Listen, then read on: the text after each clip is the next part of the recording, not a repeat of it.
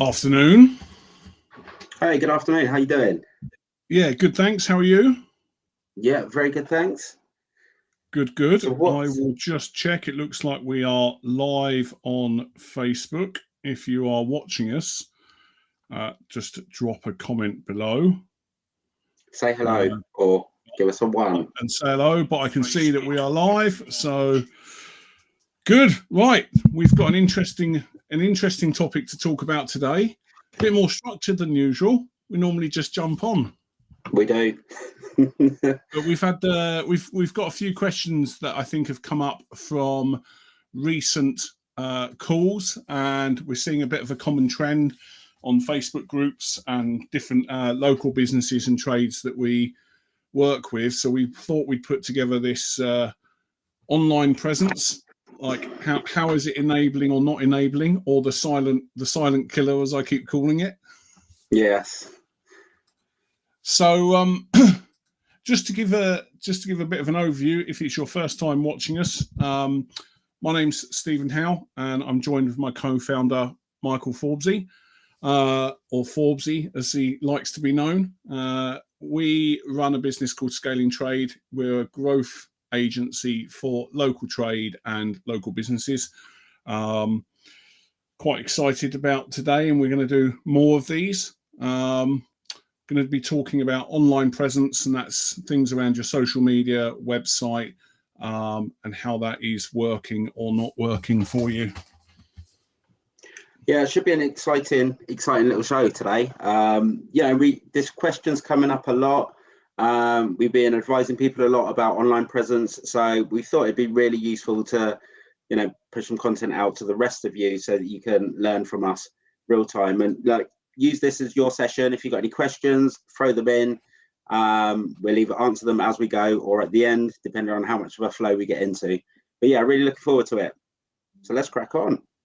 So I guess the first thing is, which comes up quite a lot, and what we've seen. So for people that don't know, we've got a tool online which is called the Business Growth Scorecard, and it's been quite overwhelmingly, but in a good way, popular. And one of the things in there, online presence. So we look at a business whenever we talk to anybody. We look at a business around what are they doing for leads and lead generation, right? And we talk about the outcome of that, which is sales, customers, people actually in the door, because you can have all the leads that you want, but it's really what businesses want is new customers. Then we talk about your competitor landscape to understand, do you know where you are in the market, both locally? We've got customer acquisition, trust and credibility, customer retention, and online presence. And they're not necessarily in a particular order. What we found is online presence. Typically, there's about a 50% scoring ratio on that. What does that actually mean? Large majority score actually less than 40% in that part of our scorecard, and that's for a number of reasons. Either they don't have an online presence, and an online presence can be a website, social media, it can be a Google business profile, or it can be all of the above. We're not saying that all of those things are something that you should have as a business. To just not being active. Your customers, your prospective customers shop online. They do their research mostly online nowadays. I can't remember the last time I had a Yellow Pages, I'm showing my age now, but a Yellow Pages or a local news drop through my door. In fact, I very rarely get any sort of directory business online. Most of it's on Google, or actually a lot of Facebook groups that we're in, right? Michael's in a lot of those. Local businesses, local groups, find a trade. What's interesting, I think, Michael can pick up on this, a lot of people don't realize how it's killing their business. They don't see the value or the importance, because your online presence, it's very difficult to correlate the people coming in the door that have come from your website or your Google business profile or your Facebook, because unless you're asking every single person you talk to, it's difficult to correlate the two together. But I guess people are not, they just don't understand why they need to be a little bit more present online. Yeah, and just to add to that, I would say that typically the people we speak to are the ones who are predominantly getting leads through word of mouth, and they don't feel that, in their opinion, they don't feel that they have a need to be online, or they don't value online presence. But, and you would have heard this term loads of times, but it is your shop front. And the thing is, if people don't know that you exist, they're not going to be able to come to you to be able to reach out to you, whether it's for a quote or to ask about what services you offer, or find out a little bit more about the services you offer, if you don't have that online presence. I think, as time's gone on, generations got lazier and wants to do everything from home. So people do a lot of research from home. One of the industries I used to work with advising was the car industry, actually. And, go back 10, 20 years, someone's looking to buy a new car, they're likely to go in, turn up at a dealership, go into the showroom, have a look at the car, open the doors and all of that sort of thing. And the average person used to have to make 5 visits to different dealerships to decide what car they want. And the salesperson would try and advise and say, do you want this or do you want that? Now the average person goes to a dealership 1.1 times, and that's because the older generation still do it a little bit more. But younger people tend to spec their car. They know exactly what color they want, what features they want, functionality, way before they've even visited a dealership. They're only going to the dealership to actually collect the car.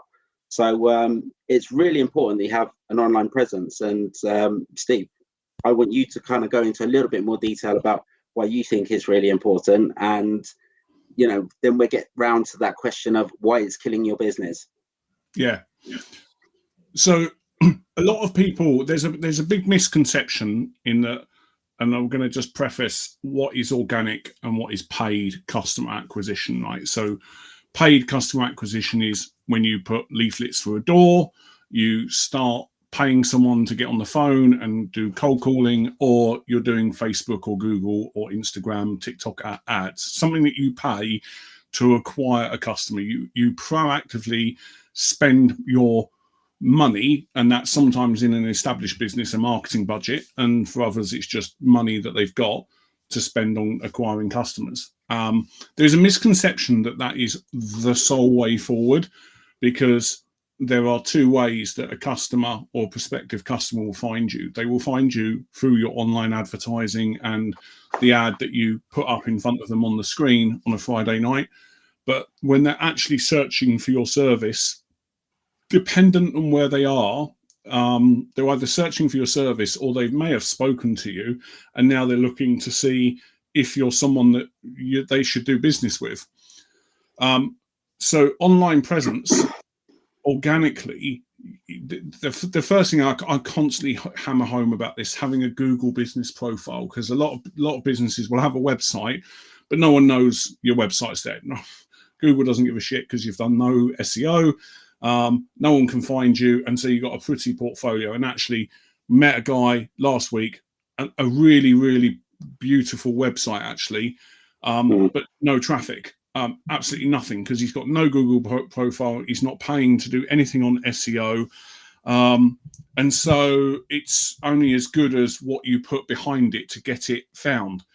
A Google business profile goes to a degree of doing that, but also it's a way for you to present your contact information, your reviews from customers, when you're open and closed, what offers and deals that you might have on, and what your products and services are before someone even gets to your website.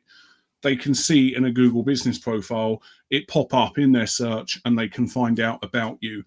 And that's very, very powerful, massively underrated, and undervalued in my opinion, because it does not cost you anything to set it up.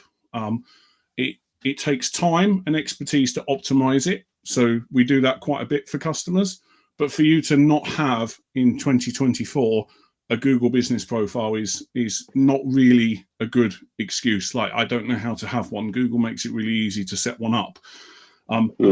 Actually, just having a profile means you'll start to fill out information over time anyway. Not having one, you're just ignoring it. You're not going to be found. And to put that into perspective, your competitor, who might only be 6 months old, could have 25 reviews because he's done 25 jobs, or she's done 25 jobs, have a contact number and a website, and every time someone Googles your product or service, you don't come up. That competitor comes up. But you could have been in business for 5, 10, 25 years. And we've seen some recently. Yeah. We've seen some 10 years, 15 years, no online presence. And you might be all right with that. Some people are all right. Some people are like, I'm okay with the money that's coming in. Most people, though, I think want to grow. Right, 2024, we're seeing the pinch. We're getting pretty much screwed by the government and taxes and councils left, right, and centre. So a lot of business owners want to grow, want to increase their profitability, but they're not doing the right things about it. And then, and that's an interesting point. Is some people are all right with it. Most of the time, it's because they don't know what they don't know. So they don't actually know how many customers they're missing out on. When we're talking about that established business, it's been going 14 years in total. They said, look, we've been in a local area, everyone knows us. But then there was we did the Google search, they didn't come up. A new rival came up who had only been in business, I think, 12 to 18 months. And people, because they're doing their research online and on, via Google and through search, that person's coming up. So they're going to contact that person, because if they hadn't heard of the company that's been trading 14 years, and they're new and it's their first time looking for whatever product or service it is, and their competitor comes up, that competitor's got so much more chance of winning the business. You're unable to measure, going back to, if you haven't got that presence, you can't measure the amount of business that you're missing out on. But the crazy thing is that, and everyone, I would say everyone knows this, but it's clear that they don't. But everyone knows, or should know, that they need to be online. The world has changed. It's shifted. Whether it's on your mobile device, you're searching online. Whether it's on a laptop or PC, you're searching online. And it's really important, because that's how you get out to a wider audience. And for a business to survive and thrive, a business needs to grow. And to grow, you need to acquire new customers and keep filling that bucket of new customers and new inquiries coming in. I was going to talk about an example, and that's, when I'm looking for a company, it was a couple of weeks ago, but because I was able to find a company, I could see that they were online. I was able to go and look on their website and have a look at what services they offered. It was very clearly laid out. I could even find pricing. I was able to book an appointment online. That for me was really easy. I think that whole process probably took me about a minute and a half just to fill in my details and everything like that. Any customer who wasn't online, they had absolutely no chance of winning my business. This was something I was able to do on my phone. As I said, I just had a quick search, put in my details, and it's like brilliant. And that company came back to me really quickly as well, because I think those who do get having an online presence are generally more afraid with this technology and these types of leads coming through. So they were quite responsive as well. I think something you said there as well, making it easy to make contact and get in touch or book an appointment or get a quote, right?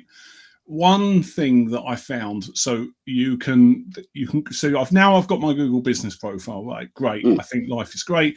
I go off and get a website. So typically I call it my first website, and that actually isn't always your first website. I saw one about a couple of weeks ago. The guy it's been established for a while, spent quite a sizable amount of money on a website, not doing anything, not set up correctly. So now I've got my Google business profile, but now I've got a website, and it's not good enough to just have a website online. You need a website that converts and does things. So if I've got to click around to find your phone number, or I can't find a contact form or any way to get in touch, or it's really ambiguous around what it is you do. And trust me, when people design their own website, it's the worst thing you can do. I encourage it if you're just starting out, but it's still the worst thing you can do, because you write it in your perspective under the presumption that people know what you're talking about. And no one knows what you do when you explain it the way you do. We suffer this ourselves. Quite often Michael and I sit there and challenge each other, because Michael will question a new product that I'm building, and I'll tell him, and he goes, yeah, but mate, that doesn't mean anything to our customers. Explain it to a 5-year-old is what he always says this to me. Explain it like I'm 5. And I have to stop and go, right, if I'm doing that on a website and I'm talking about the curvature of carpentry and, you know, how I'm hanging doors left, right, and center, quite often people might not know. So I think it's an interesting one, but you certainly have to think about, when you've got a website, what do you want it to do and what is it saying to your customer? Because your website isn't just a shop window. You want to get people in the front door. So having those conversion points that makes them want to book a call or tells them exactly what you do and who you do it for, or having social proof. And some people just want a website to showcase their work. And that's absolutely fine if that's all you want it to do, but make sure it does it in the right way. Other people need a website to actually get leads because they're getting people coming to them from Google or their Google business profile, and their website then is turning people away. So, interesting. Yeah, so now you're talking about functionality of a website, you know, and but I don't want to put anyone off, because I did this myself, which was built my first website myself, and it was just so that I had a website and I could say I've got a website. Yes, it was written in my perspective, so there was a lot of jargon on there that somebody who's not in my industry would understand. It didn't really have any function. I didn't even have a contact form or anything like that. It was just email info at, and I won't say the business name, but of what it was, but just in case.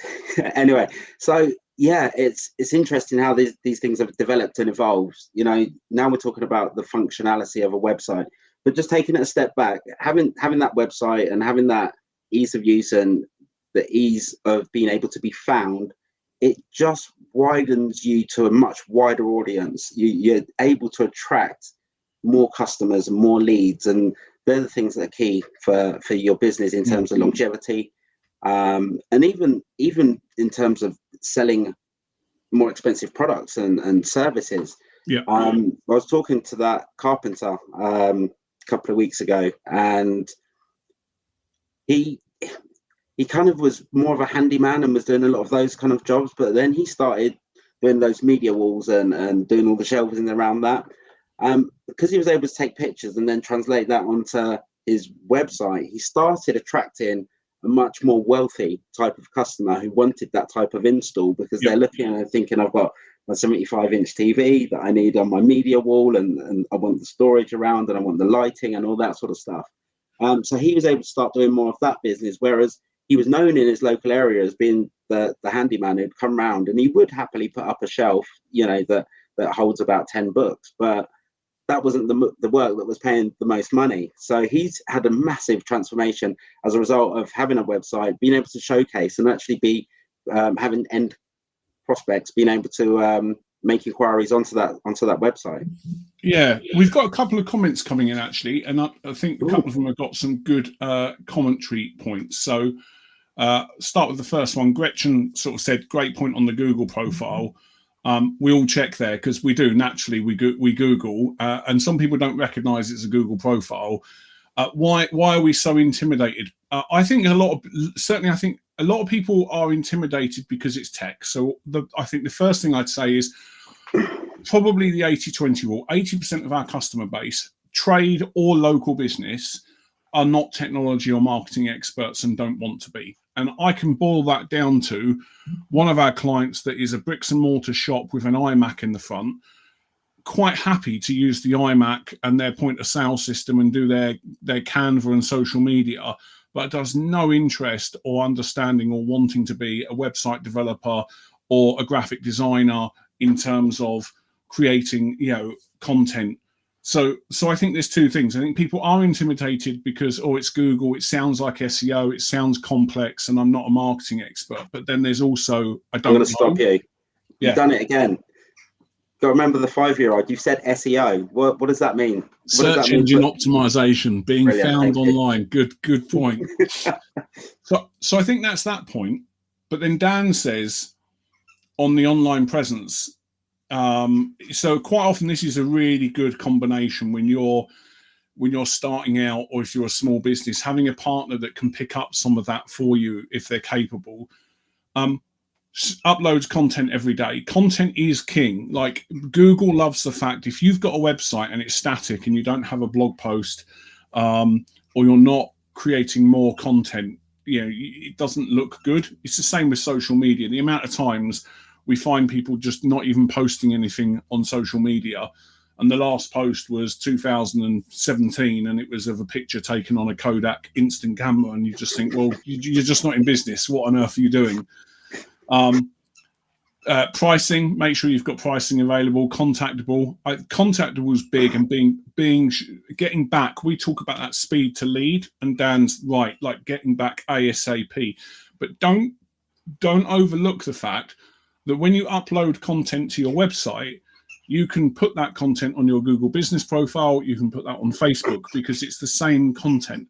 So don't just stop with your website. You want to start syndicating and repurposing that content elsewhere. Just before you go on to the next point, Steve, I was just going to add that I was having to explain about the reason why you need to update your website or keep uploading content. And I came up with this, and this is not how Google algorithm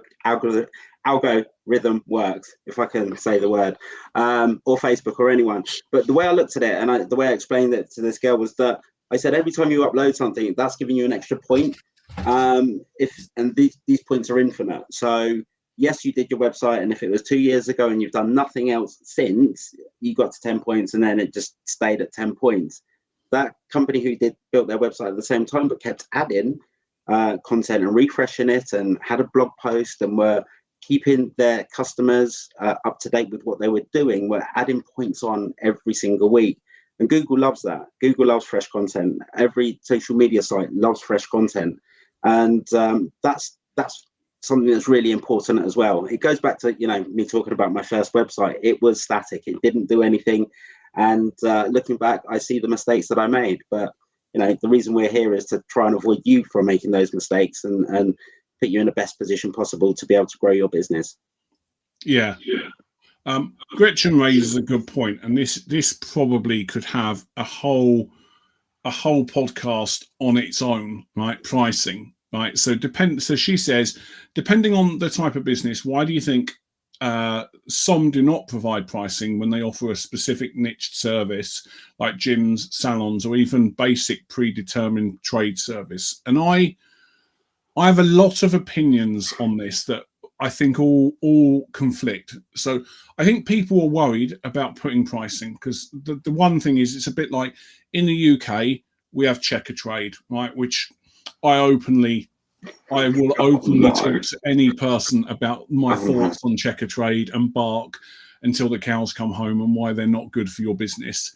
But they are essentially a race to the bottom and a price, and no one wants to be driven on price, but we are fairly open on our pricing. Not all of it is on our website, but if you ask us, it's quite easy to find out the pricing for probably 80% of the services we provide.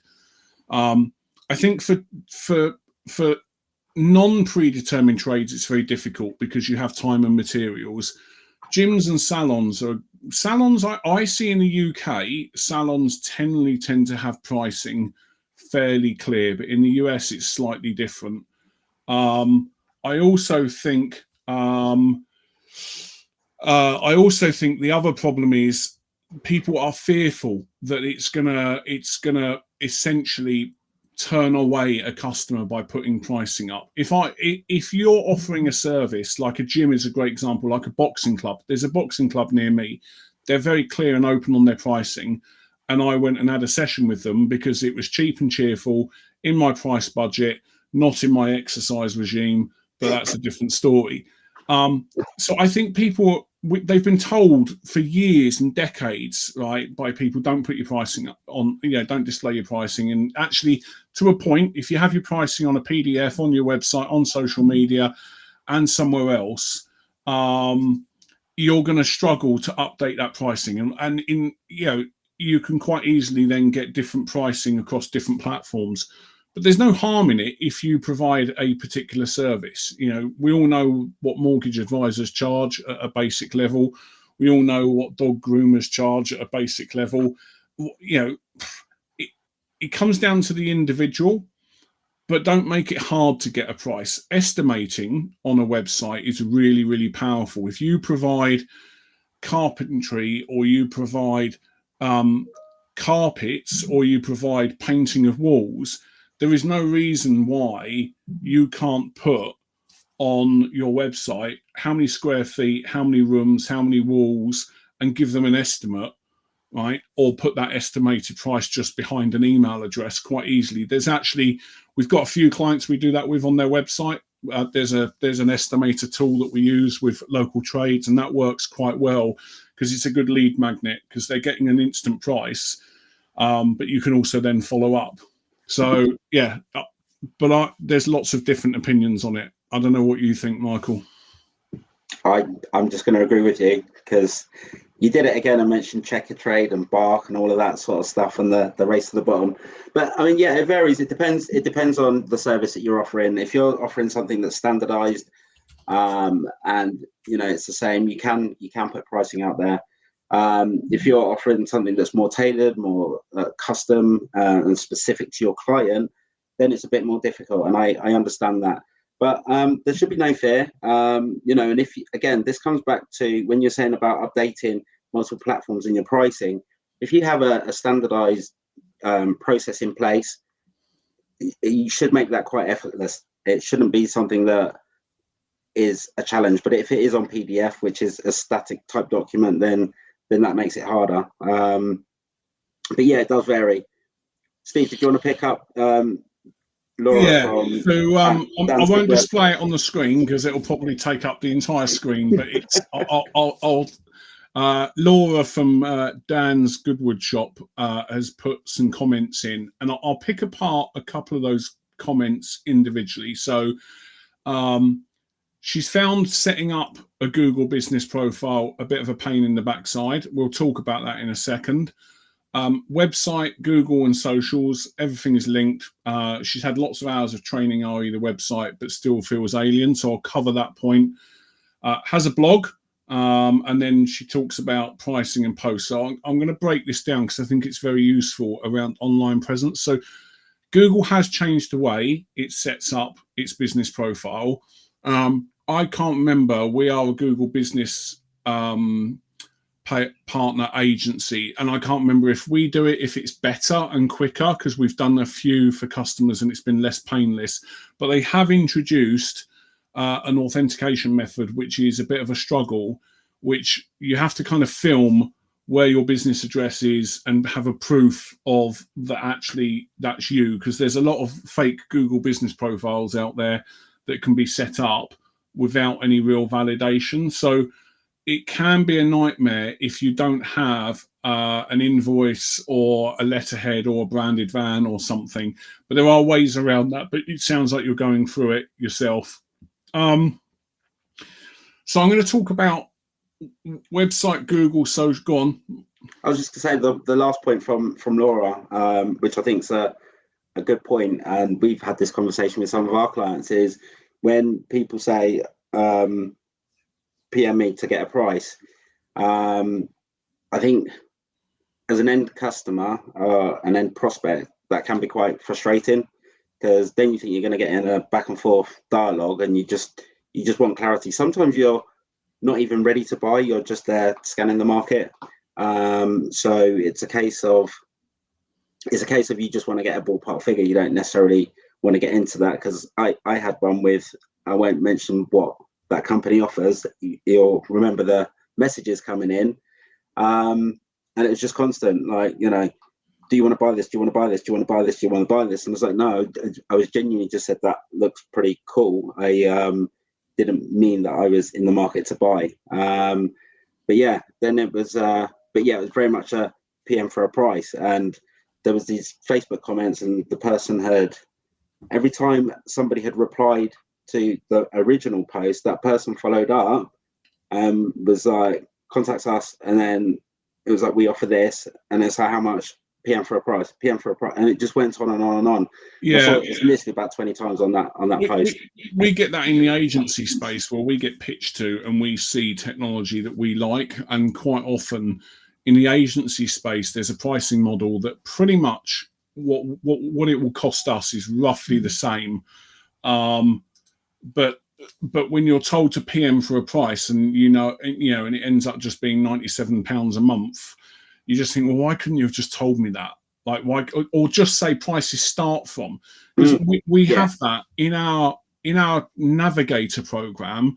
We're very clear, because our Navigator program is not for everyone. Like, we've got lots of different products and services, and we have a CRM that's separate.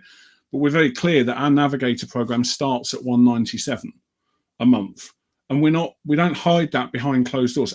Mostly because we don't want to waste people's time. If you don't have the budget to get into that program at £197 a month, why would we want to hide that from you and we're going to waste your time by making you go backwards and forwards in DMs or emails or hopping on a call? But also conversely, it's a waste of our time if you're not ready for that right now. So that's one of the things that we're very clear on when we talk to people, because we get asked quite a lot of the time, oh, I've heard the Navigator program is the thing for me. And actually, we go, actually, it's probably not. We would actually sell you something cheaper before you come into that. And we had one last week that went, oh, I've got a colleague that's on your growth plan, and it's £297, and I think I need that. And Michael was immediately like, after about 10 minutes, no, that's not what you need. In fact, you only need, and they asked the question, well, why did you not sell it to me? Because it's doing you a disservice, and you'll be pissed off. And we'd rather be open with you around that pricing piece. But just to mention on training, so there's a good and a bad thing to training when it comes to marketing and websites and everything else. So you can have a website, and it can be a website that looks great but functionally doesn't work because it hasn't got all the meta tags, it's not optimized. Bear in mind, we did this a couple of weeks ago with one of our partners. His son's just started a business. This partner, it's a scaling trade partner. They refer business to us.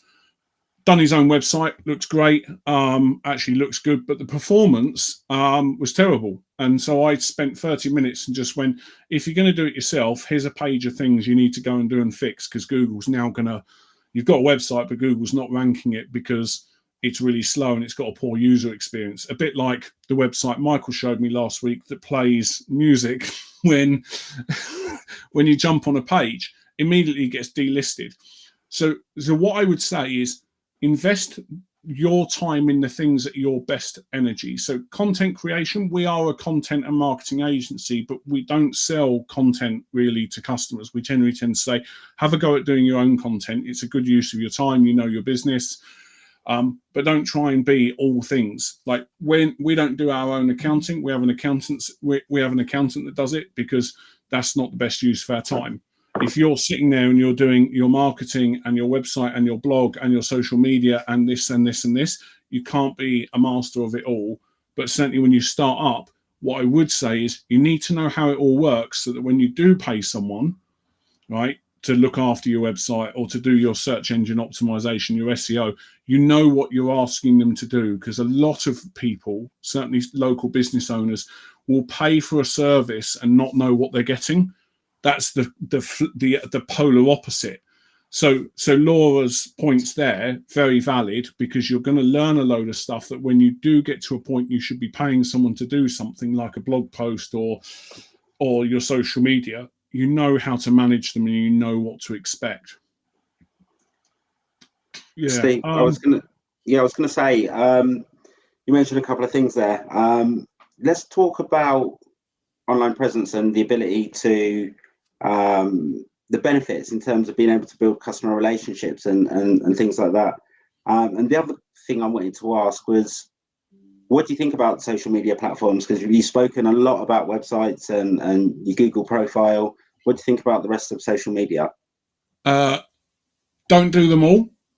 So we test the water with them all, because we do provide social media services. But one thing is, a lot of people try to do Facebook, Instagram, TikTok, and LinkedIn, and then ignore Google, because Google, while it's a Google business page, still is a bit of social media. It's useful and it depends how you use it and what you're using it for. So I'll give you an example. A coach and someone that does coaching, myself, can use Instagram and Facebook to go and get coaching clients organically, because they can go into the right groups and do the right things and score some coaching clients. But they're probably not necessarily the best place to start doing. They can do some social media content, but a local business and a local trade typically can build a community around their products and services, so that you can see before and after photos. Like, the first thing I say to people is show before and after photos before you start doing anything else. My son runs, outside of his college, he runs a car cleaning and valeting and detailing business, and I've been telling him, take a picture of the car before, take a picture of the car afterwards, and you can see, and people relate very quickly to that. Before you start posting pictures of, here's the high-end detailing products that we use as a business, and look at what ceramic wash we did. I have no clue what that is and what it looked like before you did a ceramic clean. I just don't know. So, but don't spread yourself too thin. It's easy to syndicate all that content. Like, our CRM will quite happily go and put all of your content on all of the channels, but you're just chucking mud at a wall. So have a plan around what you want to do on one channel. Like, if a lot of your stuff is, a lot of your customers hang out on TikTok, you're going to need to start doing video content. And doing video content can be overwhelming at first. It can be nerve-wracking, but also it takes a lot more time than just sticking a few photos up on Instagram. And so if you're doing Instagram and TikTok and Facebook, you're going to spend a lot amount of time, because putting the same content on all three, again, Facebook doesn't like that, and TikTok doesn't like that. They like to see unique content on each platform because you're adding value. So I guess that's my commentary around social media. Yeah, thanks for that. That's good. And what about doing marketing around, from whether it's your website or social media? Biggest thing you can do on marketing online is build your email list.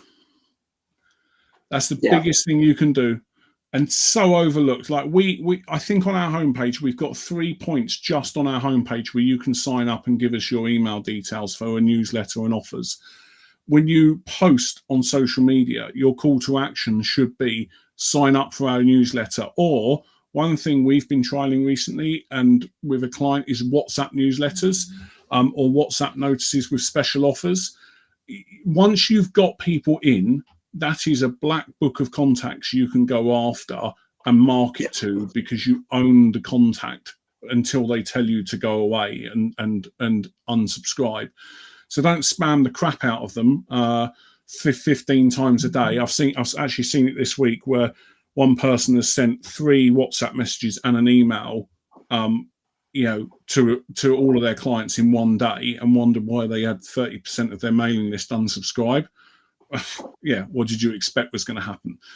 But always seek to get the details, because the moment you've got a name and an email address, you can nurture them. You can have a sequence that nurtures them. Because you've got to remember, a cold lead doesn't know who you are. And the moment they go off your social media post or your website, they've forgotten who you are and what you do. So you need to remind them. And the only way to do that is through nurturing them. So the big thing is build up an email list. I keep saying it. We've got training courses on it. We're about to release another training course on how to build your email list, because it's so valuable and important. Because email isn't dead, and nor is text messaging or WhatsApping. Yeah, and we got tons of technology, simple, easy to use technology to help you with all of that, and we can help guide you through it in terms of what's going to work right for your business to be able to capture those emails. Because most people on here, you may or may not remember that little Facebook outage. Some of our clients are phoned up saying, what am I going to do? All of my customers are on Facebook. I can't contact them. Messenger's not working. It's telling me log in. I've logged in about 1 million times. I've tried changing my password. It's not working. They had no way of contacting their customers. If they'd captured email addresses, they could have sent all of those customers an email with write one email, press send to all, and they could have notified their customers. And then they was able to update them on when they was able to ship their goods out to them. The other thing is there is a chance you could get deplatformed. It might be an error. Someone might hack into your account, your Facebook, Insta, or whatever, do some bad stuff, and then you get deplatformed and locks out the account. And then the third thing I want to say about that is, even if it's great to be on social media. I'm a massive advocate of it, but you have to think that despite how many people you get following you or liking your posts and stuff, that anytime you put anything out, it doesn't go to all. I think initially it goes to around about 2%, and Facebook and Insta, etc., will track how much engagement is there in those first sort of 10, 15 minutes, and then decide whether or not to push it out to more people. Yeah. But ultimately, you're probably still not going to reach any more than 10, at best 15% of your entire follower base with that post. So, and then if you post the same post again the next day, then it's like, oh, well, that's the same content, so I'm going to reduce your reach even more.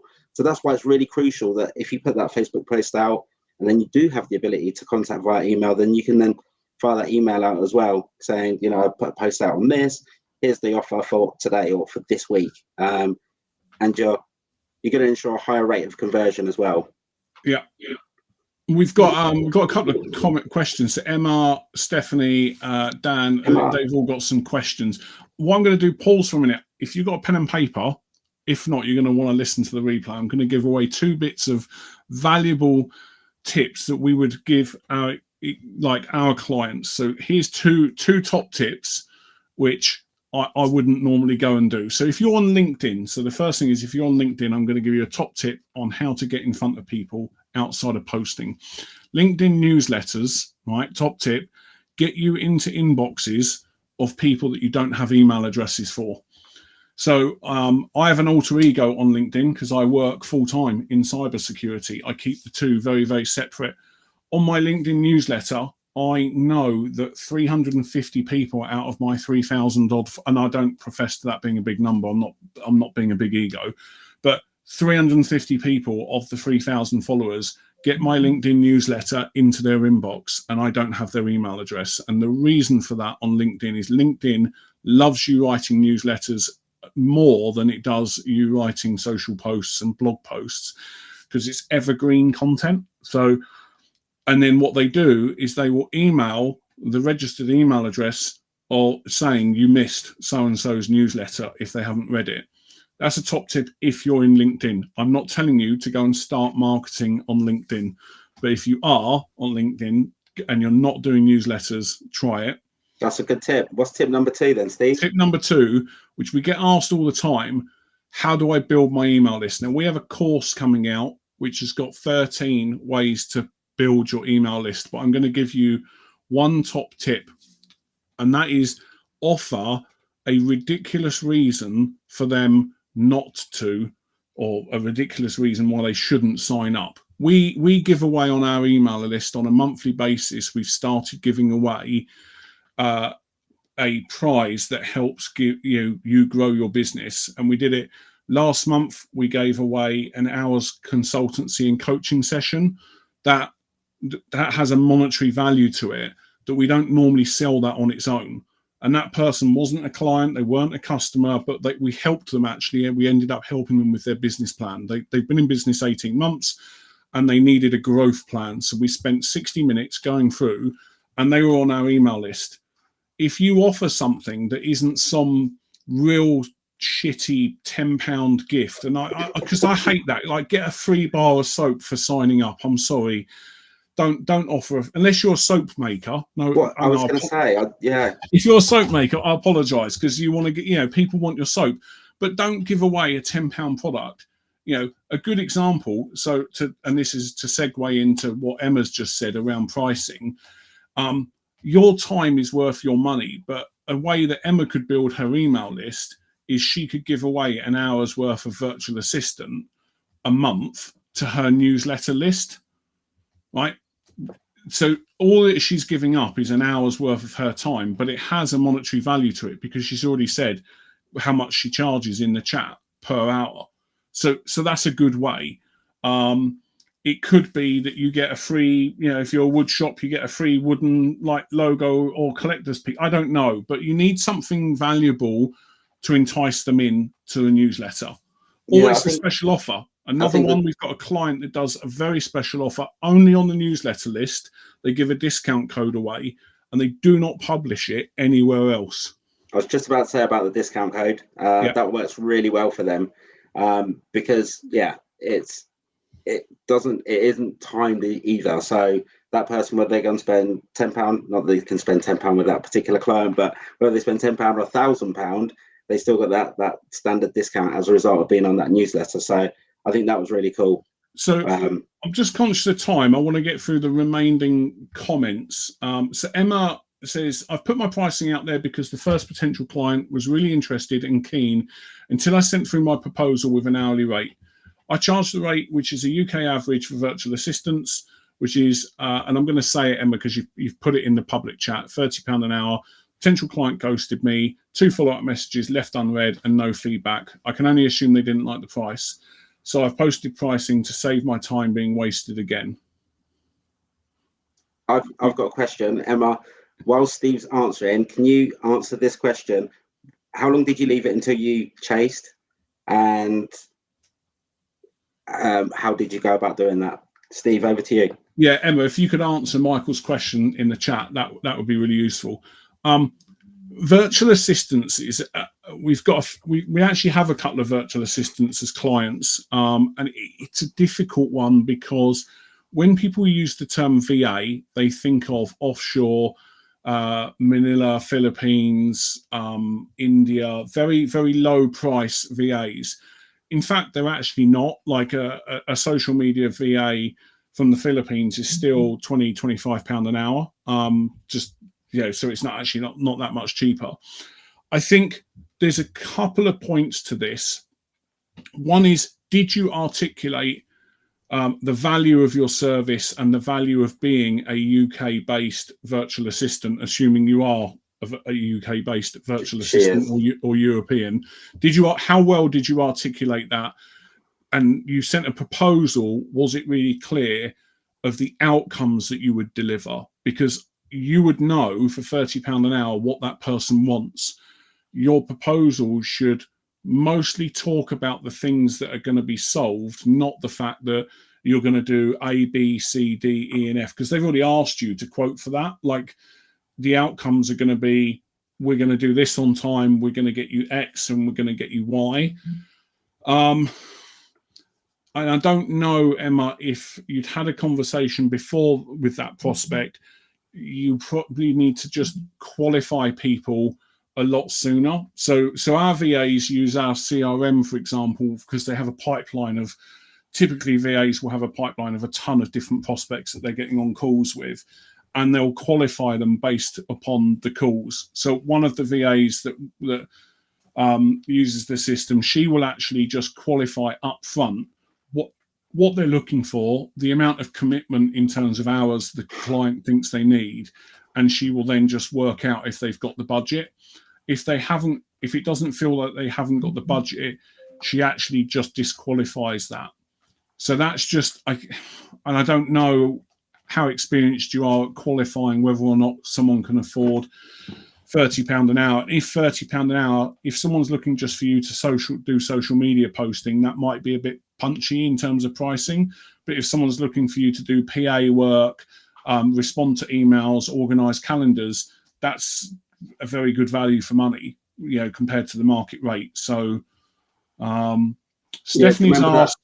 Sorry, I was going to say, do you remember that VA I was working with, and I told her to change her company name, and then also enhance the fact that she was an executive VA, which then enabled her to charge a lot more. It was just interesting. So interesting around the positioning, Emma. Steve, go on. Are you going to take I'm just going to rattle through the last few. I think. Stephanie says, how do I get Google validated? Mine hasn't asked for it. So if you have a Google business profile, the likelihood is you don't need it validated. If you go into Google business profile is now managed in Maps, unless you're using an agency, we could check that for you. So message us offline, Stephanie, and we can have a look at your Google business profile.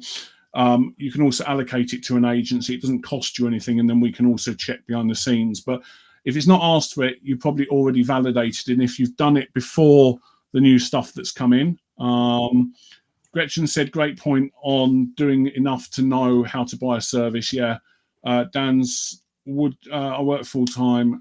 Fingers crossed. Yeah. Love the App Insiders. You can tell social media. Yeah, I agree. Instagram. Yeah. Yeah. Email's a good way. No, I'm reading it and I'm going through because it's not really a question. I know exactly what you're doing. Yeah. It's just when this gets repurposed later on you go, what's he on about? I can't see any of it. Anyway. So Dan's working full time. So I think really just the comment there, just again knowing what they're doing, when they can't. So what she is saying is, okay, so for context, when we can pass something to who is a professional, I know what I'm talking about.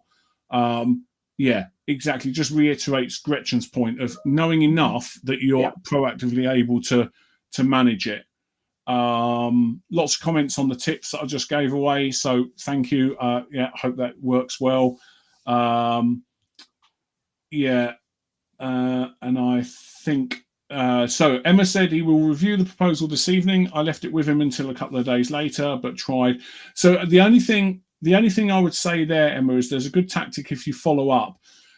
When someone tells you pricing is the problem, they're probably using it to hide or circumvent what the real objection is. So that seems expensive, means that they probably don't understand what it is you've put in front of them, or they don't believe that the what you've put in front of them aligns to fixing their problem. So I would probably try to drill past that if you can. But and that's all the questions. I was going to say we always tend to get feedback if because sometimes it's not the real objection, but we always like to get to the bottom of it. I find that sometimes people are a little bit confused about what it is that they need, or they're not in the right place financially. When they say it's too expensive, it's not necessarily too expensive. It's just they haven't got the funds at the time. Yeah. So you can get to the bottom of these things. Emma, I've got if he's not coming back at all, we've got a couple of what we call the breakup email templates. I'll tell you what I'll do. If you message us on, Michael, I'm going to say Facebook because you manage our social media. I've already got our details, so we're all good. So if you message us, I will happily share with you a couple of breakup email templates that will at least get you a response, because you want a no is better than nothing. So that's what you want. So let us know, Emma, and we will go through that. And we will go through that and give you the template. And Steph will also I'll get in contact with you as well, so we'll get that sorted. Steve, I think we need to wrap up because I think that was useful. Hopefully everybody else found it useful, and we will would you have a tip for asking customer to leave reviews? We can help with that. We do, but we also provide a service around that. So I would try and sell you something at that point, because I'm going to stop you, Steve. We can come challenge that question in another session, because we do. That is a big topic. We are going to do customer reviews in a session, actually. Yeah, we should do that. I mean, for me, just to because thanks, Gretchen. That's good. Just to wrap up, I was going to say, don't underestimate the importance of your online presence. It makes you more accessible. You are able to attract and appeal to a much wider audience. It gives you the chance to be able to establish and build that customer relationship and keep people updated about what you're doing. Today might not be the right time for them to buy, but then if they see your email and you've done some email marketing to them in 3 months' time, that might be the right time. So you always want to stay front of mind. And that's why it's good to have your online presence. You're able to do marketing effortlessly. Whether you're putting posts out on social media, whether you're updating a blog, whether you're keeping your website up to date, that's a form of marketing, and just keeps it fresh. And that keeps people coming back to your website to see, well, what's the latest and greatest? What's the latest video? What's the latest blog post? I'm just going to cut across because of time. Before we go, we haven't announced our competition. This is yes, exciting times. Yeah. So if you're still watching this, we have recently relaunched our website, and we have a massive competition giveaway. I'm going to just go and grab the link, and I'm going to go and pop it into the chat. Michael, while I'm doing that, do you want to just tell people about it? Yeah, so I've been really excited about this. We've got our website that's been rebranded. It's all fresh and new. We've got some great tools on there, and a whole new range of services. So I've been excited to get it out there, because we did our first website. Things have evolved in terms of the type of customer that we're working with and the types of services that we need to offer. So we've got a fantastic giveaway, and it's to say thank you, because ultimately we want to make everyone that we work with as successful as possible. So what we're doing is giving you the opportunity to take part in our giveaway. And it's quite simple. Is that the link? The link's in the chat. Yeah. Some of the prizes we've got, if you haven't got a website, if you have got a website and you want a new website, there's a chance to win a website. I think that's worth about 1,300 quid. This is us sharing our prices. We've got things like strategy calls. Steve touched on that earlier. We've got a number of those to give away. And we've also got 6 months access to our CRM. There's 2 of those. Overall, I think the prize pool is worth over £3 grand. Yeah. And there's a few ways of doing it.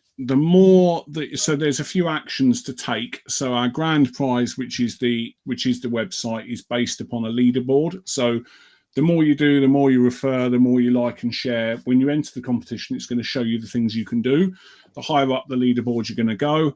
And then we've got some random prizes being given away. That is running for the next 16 days until the end of the month. So get involved. Don't be shy. Do share it with your friends. Share it with people that run businesses or starting businesses that you think are going to get value. When you enter it, you'll be able to see the leaderboard, get all excited. Feel free to put that on social and tag us on it and all that kind of stuff. But if you are still watching, go and do it today. The prizes, I think, are fantastic, but I would say that because I'm biased. And thank you very much for joining us. Yeah, thank you. It's been a great session. Thanks for the questions, and thanks for everyone who's joined today. Hope you have a fantastic rest of your Tuesday or Wednesday. Cheers. Bye. Cheers.